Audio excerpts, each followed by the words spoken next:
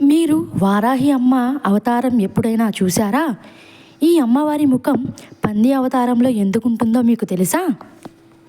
ఈ రూపం వెనుక అత్యంత శక్తివంతమైన రహస్యం దాగి ఉంది. చాలామంది వారాహి అమ్మవారిని ఒక ఉగ్ర దేవత మాత్రమే అనుకున్నారు. కానీ నిజం వేరు. ఈమె రక్షణ శక్తికి, రహస్య జ్ఞానానికి మరియు స్త్రీశక్తి యొక్క పరాకాష్టానికి ప్రతీక.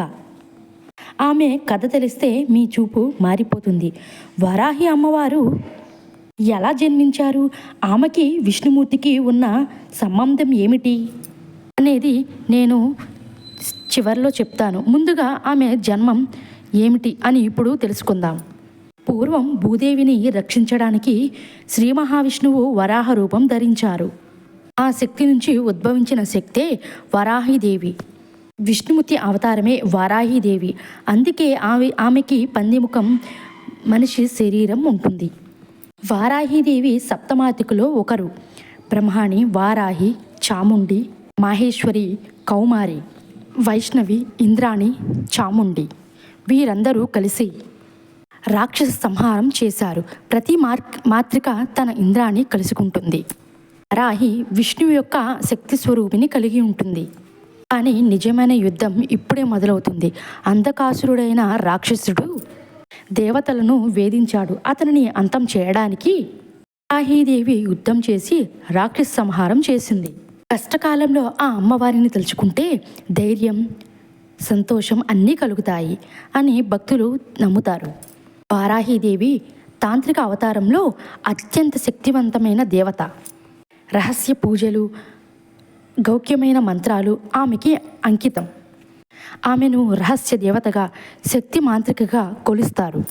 చాలామంది తాంత్రికులు ఆమెను ప్రధాన దేవతగా భావిస్తారు. ఓం వారాహ్యై నమః, ఓం వారాహ్యై నమః అంటే అర్థం ఇది నమస్కారం. శత్రు నాశనంకు, రక్షణ దేవతకు నమస్కారం.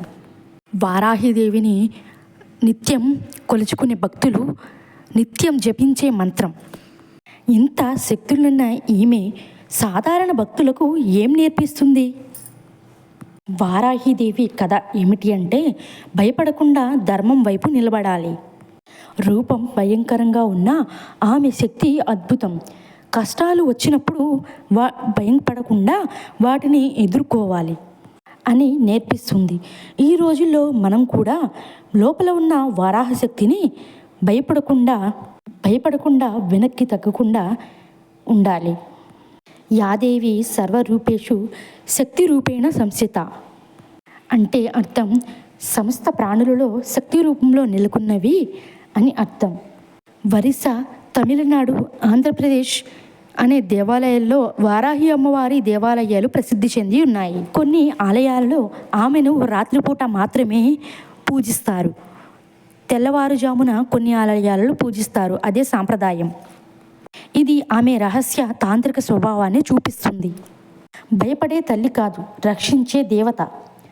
వారాహి కథ మనకి ఏం గుర్తిస్తుంది అంటే, ఆమె రక్షణ జ్ఞానం యొక్క ప్రతీక. సర్వమంగళ మాంగళ్యే శివే సర్వార్థ సాధికే అంటే అర్థం సర్వమంగళములకు శుభకరమైనది, సర్వార్థ సాధించేది.